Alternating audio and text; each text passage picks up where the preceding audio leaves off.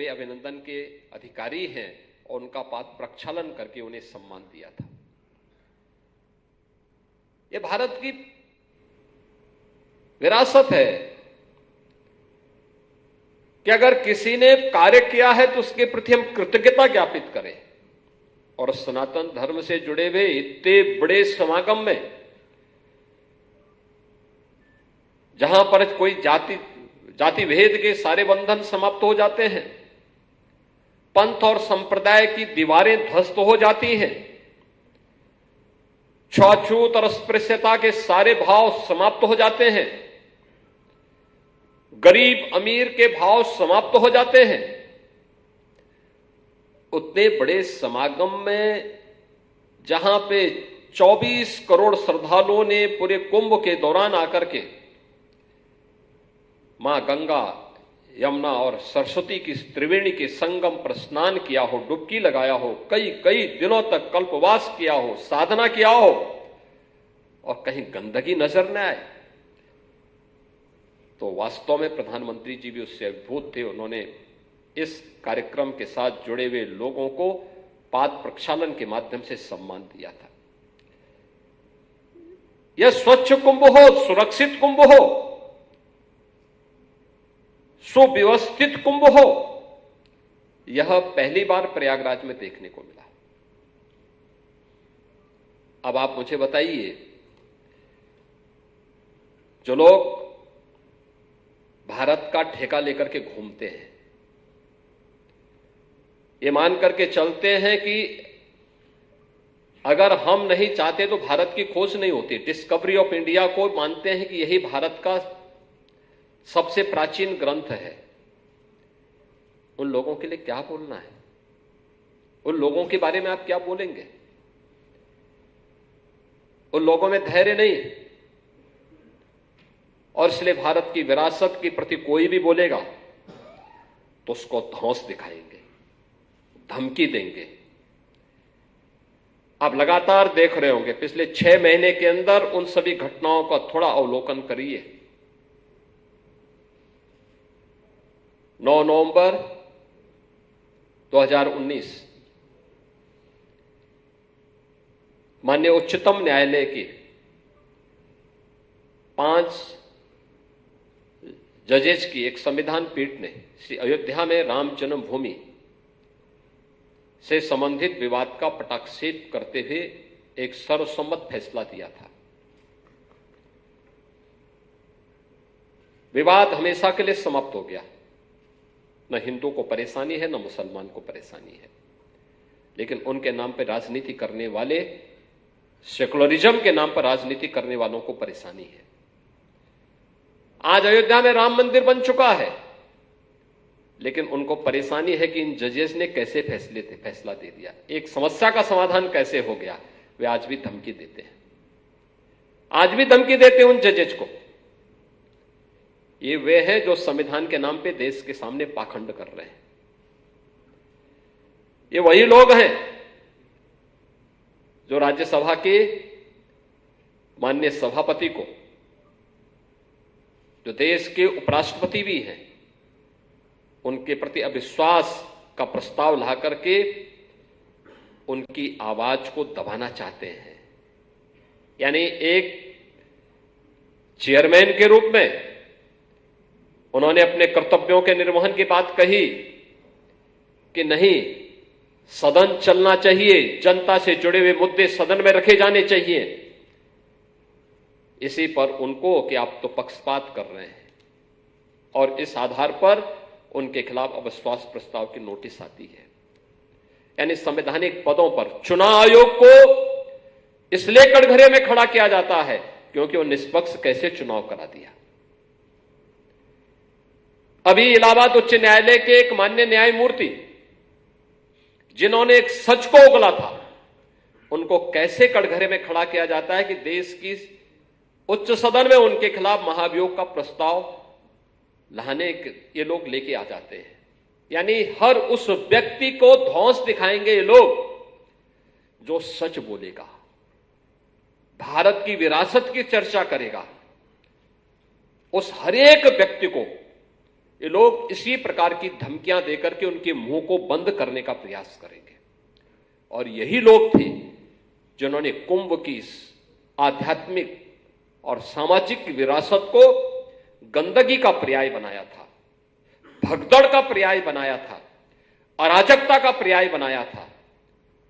और एक हम हैं, हमारी विरासत है, हमारी परंपरा है कि कुंभ की परंपरा स्वच्छता के साथ जुड़े, सुव्यवस्था के साथ जुड़े, सुरक्षा के साथ जुड़े, आस्था और आधुनिकता का संगम भी वहां पर दिखाई दे। यह होगा प्रयागराज का महाकुंभ 2025 और उसी के लिए पूरी तैयारियां चल रही हैं। आपने देखा होगा प्रधानमंत्री जी अभी 2 दिन पूर्व प्रयागराज में आए थे। प्रयागराज में आकर के उन्होंने कुंभ के लिए जो स्थायी इंफ्रास्ट्रक्चर तैयार हुआ है उसका लोकार्पण किया है। कुंभ के लिए स्थायी यानी कुंभ के बहाने प्रयागराज सिटी जो हमारी इतनी प्राचीन सिटी है उसका भी कायाकल्प हो,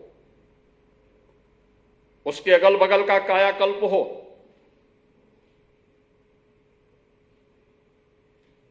इसका भी कार्य साथ साथ चल रहा है। आप मुझे बताओ, अयोध्या में राम मंदिर का फैसला नहीं आता, अयोध्या में राम मंदिर नहीं बन पाता, क्या अयोध्या में इंटरनेशनल एयरपोर्ट बन पाता है? क्या अयोध्या के अंदर की गलियां 4 लेन की बन पाती? क्या अयोध्या रेलवे की डबल लाइन के साथ जुड़ पाता है? क्या अयोध्या की इतनी बेहतरीन कनेक्टिविटी हो पाती है? क्या आम जनमानस खुश है, हर व्यक्ति प्रफुल्लित है, आने वाला श्रद्धालु कृतज्ञता ज्ञापित करता है। लेकिन देश के संविधान का वास्तव में गला घोंट करके संविधान में चोरी से सेकुलर शब्द डालने वाले लोग अपने घर में शोक मना रहे हैं। उन्हें परेशानी है कि काशी विश्वनाथ धाम की कायाकल्प कैसे हो गई। उन्हें परेशानी है कि अयोध्या में राम मंदिर और अयोध्या इतनी भव्य और दिव्य कैसे हो गई। उन्हें परेशानी इस बात की है कि हम लोगों ने तो दशकों तक शासन किया लेकिन कुछ नहीं हम कर पाए। अपने निकम्मेपन पर हम लोगों को कोस रहे हैं, अपनी अकर्मण्यता का दोष हमारी सफलता को कोस करके दे रहे हैं। और इसलिए मैं आप सबसे कहना चाहूंगा, हम सबको इनकी इस मानसिकता को देखना होगा। याद रखना, ये कितना भी राग अलापे, कल संसद में संविधान पे चर्चा हो रही थी लेकिन मुद्दा संभल का उठ रहा था। और संभल में इन्हीं के समय में 46 वर्ष पहले जिस मंदिर को बंद कर दिया गया वो मंदिर फिर से सामने, सबके सामने आ गया। इनकी वास्तविकता को सबके सामने प्रस्तुत कर दिया।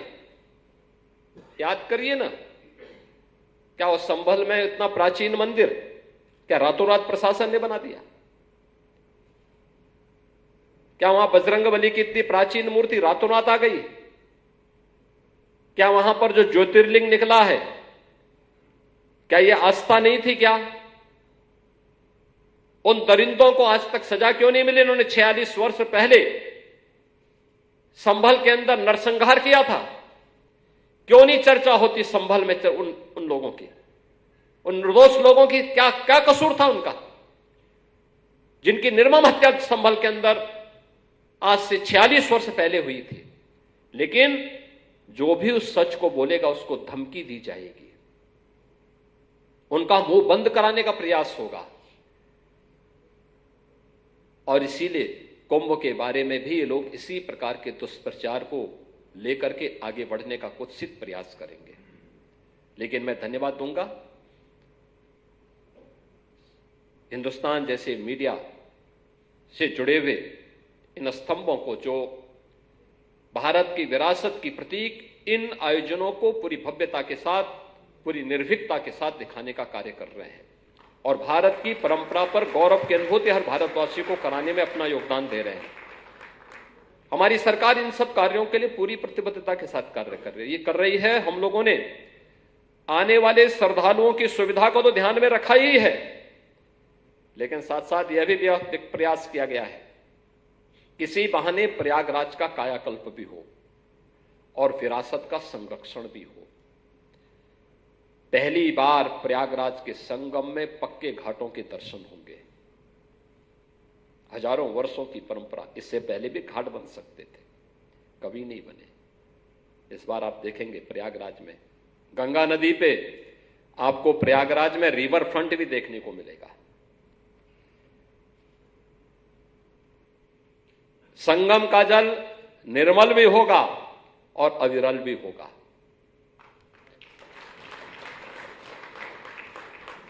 प्रयागराज की जब आप चर्चा करते हैं, अक्षय वट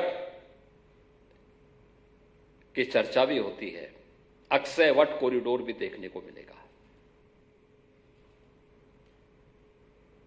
और वर्ष भर श्रद्धालुजन वहां जाके दर्शन कर सकते हैं। प्रयागराज में आप जाते हैं, मां गंगा और मां यमुना के दर्शन तो करते हैं, लेकिन अदृश्य रूप में मां सरस्वती के दर्शन नहीं हो सकते। लेकिन सरस्वती कूप में जाकर के दर्शन करने का सौभाग्य हर श्रद्धालु को प्राप्त हो, इसके लिए भी सरस्वती कूप का कॉरिडोर भी बनकर के तैयार हो गया है। वहां पे बड़े हनुमान जी का मंदिर, कहते हैं कि जब वनवास से वापस आ रहे थे भगवान राम, तो बजरंगबली वहां कुछ देर के लिए रुके थे। उनको संदेश देना था महर्षि भारद्वाज को कि प्रभु अपनी वनवास की अवधि पूरी करके वापस आ रहे हैं और इसके लिए उनको वहां विश्राम करना पड़ा था। लेकिन विश्राम कर रहे थे तो कहते हैं माता सीता ने आशीर्वाद दिया था कि मां गंगा हनुमान जी का एक बार अभिषेक जरूर करेगी। और आप देखते होंगे आज भी लेटे हुए हनुमान जी हैं, उनका अभिषेक करने के लिए मां गंगा वर्ष में एक बार जरूर आती है। वहां पर भी एक भव्य कॉरिडोर बन रहा है, बन के तैयार हो गया है। दुनिया की पहली गुरुकुल महर्षि भारद्वाज ने स्थापित की थी प्रयागराज में, सबसे प्राचीन, जिनकी प्रेरणा से, जिनके आशीर्वाद के बगैर भारत की पुराण की परंपरा आगे नहीं बढ़ सकती। ऐसे महर्षि भारद्वाज आश्रम और उसका कॉरिडोर का भी बनकर के ये सभी संपन्न हुए। और भगवान राम और निषाद राज की मैत्री कौन नहीं जानता। श्रृंगवेरपुर में भी 56 फुट ऊंची मूर्ति भगवान राम और निषाद राज की गले मिलते हुए और कॉरिडोर का लोकार्पण, है सभी कार्य का लोकार्पण प्रधानमंत्री जी के कर कमलों से संपन्न हो चुका है। प्रयागराज में एयरपोर्ट, प्रयागराज के रेलवे स्टेशन, प्रयागराज की सड़कों का लगभग 216 से अधिक मार्ग ऐसे हैं जो सिंगल से डबल, डबल से 4 लेन, 4 लेन से 6 लेन करके इंफ्रास्ट्रक्चर को इस कदर तैयार किया गया है कि प्रयागराज के अंदर कहीं भी कोई समस्या नहीं आएगी। हम लोग ये मान के चलते हैं कि प्रयागराज के इस 45 दिन के आयोजन में 13 जनवरी से 26 फरवरी तक आयोजन होगा महाकुंभ का, इस पूरे आयोजन में 40 करोड़ श्रद्धालु आएंगे, लेकिन तैयारी हमारी होगी 100 करोड़ श्रद्धालुओं की व्यवस्था की वजह से। हम लोग ये मान चल के चलते हैं कि 29 जनवरी को मौनी अमावस्या के दिन जो मुख्य मुहूर्त होगा, उस दिन वहां पर प्रयागराज में मेरा यह मानना है कि 6 करोड़ श्रद्धालु एक दिन में स्नान करेंगे, लेकिन तैयारी हम करेंगे 10 करोड़ की, पूरी तैयारी रहेगी। इसके लिए 12 किलोमीटर के घाट तैयार किए जा रहे हैं, जहां पर कोई भी श्रद्धालु पूरी श्रद्धा के साथ, सुगमता के साथ स्नान कर सके। इतना बड़ा आयोजन होगा, इसके लिए 10,000 एकड़ क्षेत्रफल में कुंभ का विस्तार दिया गया है। वहां पे तो इस बार आप देखेंगे 4 धाम के भी दर्शन होंगे। 4 धाम उत्तराखंड के भी, बद्रीनाथ, केदारनाथ, गंगोत्री और यमुनोत्री के भी होंगे, और 4 धाम भारत के भी। 12 ज्योतिर्लिंग और अन्य प्रमुख ज्योतिर्लिंग के भी दर्शन होंगे। भारत की आध्यात्मिक और भौतिक विकास के वे सभी कार्यों पर चर्चा का केंद्र बिंदु बनेगा, और जिसकी चर्चा अभी यहां पर माननीय श्री शशि शेखर जी कर रहे थे, ये खोया पाया की चर्चा होती थी। हम इस बात ये भी व्यवस्था कर रहे हैं, या एक टूल के माध्यम से भाषणी ऐप का इस्तेमाल करते हुए भारत की 11 उन सभी भाषाओं को समाहित करते हुए कोई भी व्यक्ति कहीं पे आया, उसको उन भाषाओं में उसकी जानकारी उपलब्ध हो जाएगी कि वह जिस भाषा को समझेगा उनमें से कोई एक भाषा में उसको पूरी जानकारी उपलब्ध होगी प्रयागराज कुंभ के बारे में, खोया पाया के बारे में। एक एक व्यक्ति जो कुंभ क्षेत्र में प्रवेश किया उसकी काउंटिंग हमारे पास होगी।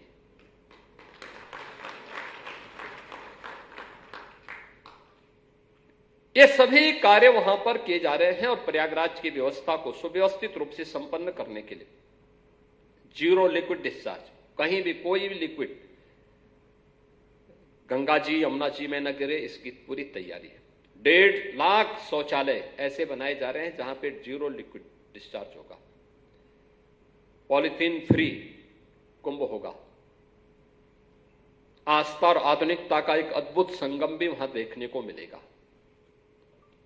हर दृश्य कुंभ को भव्य और दिव्य बनाने का काम हो रहा है, और हम मानते हैं कि प्रयागराज कुंभ प्रधानमंत्री मोदी जी की प्रेरणा से 2019 में मानवता के अमूर्त सांस्कृतिक धरोहर के रूप में यूनेस्को ने उसे मान्यता दी थी। और मेरा यह मानना है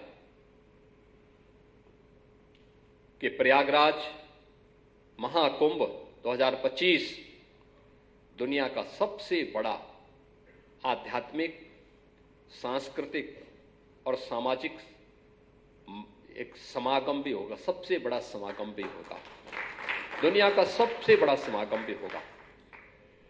इतना बड़ा समागम होगा तो स्वाभाविक रूप से अगर आध्यात्मिक और सांस्कृतिक चेतना का जागरण होगा तो सामाजिक एकता का भी वो प्रतीक होगा, और आर्थिक समृद्धि की भी एक बेहतर रोड मैप को आगे बढ़ाने का भी वह मार्गदर्शक होगा। प्रयागराज ही नहीं, अगल बगल के और पूरे उत्तर प्रदेश की अर्थव्यवस्था को भी वह मजबूती प्रदान करने वाला एक बृहद आयोजन बनने जा रहा है। एक बड़ा आयोजन होने जा रहा है, और आयोजन कैसे हो सकता है, किस रूप में हम उसे आगे बढ़ा सकते हैं, उसका प्रतिमान स्थापित करेगा महाकुंभ प्रयागराज 2025। डबल इंजन की सरकार इस आयोजन को पूरी प्रतिबद्धता के साथ करने के लिए तत्पर है। पूरे आयोजन में महामहिम राष्ट्रपति जी को, उपराष्ट्रपति जी को, प्रधानमंत्री जी को, केंद्रीय मंत्रियों को, राज्यों के माननीय राज्यपाल, उपराज्यपाल, माननीय मुख्यमंत्रियों को, देश के अन्य सभी ऐसे महानुभावों को तो आमंत्रण दिया ही जा रहा है। इस पूरे आयोजन में भागीदार बनने के लिए हर श्रद्धालु जन आए, उत्तर, दक्षिण, पूरब, पश्चिम से। आस्था की इस त्रिवेणी में डुबकी भी लगाएं, भारत के आध्यात्मिक और सांस्कृतिक उन्नयन को एक नई ऊंचाई तक पहुंचाने में अपना योगदान दें, और एक दिव्य, भव्य और डिजिटल कुंभ की परिकल्पना को साकार मूर्त रूप देने के लिए सरकार ने जो प्रतिबद्धता दोहराई है, हम पूरी मजबूती के साथ उसे आगे बढ़ाने का कार्य करेंगे। मैं हिंदुस्तान को इस बात के लिए धन्यवाद दूंगा कि उन्होंने महाकुंभ को लेकर के आज के इस कॉन्क्लेव का आयोजन प्रदेश की राजधानी में किया है। निश्चित ही इस प्रकार के कॉन्क्लेव, इस आयोजन की सफलता में, आम जनमानस में जन जागृति पैदा करने में महत्वपूर्ण भूमिका का निर्वहन करेंगे। हिंदुस्तान परिवार को इसके लिए हृदय से धन्यवाद देते हुए मैं आप सबको प्रयागराज महाकुंभ के आयोजन में भागीदार बनने के लिए भी आमंत्रित करता हूं। धन्यवाद। जय हिंद।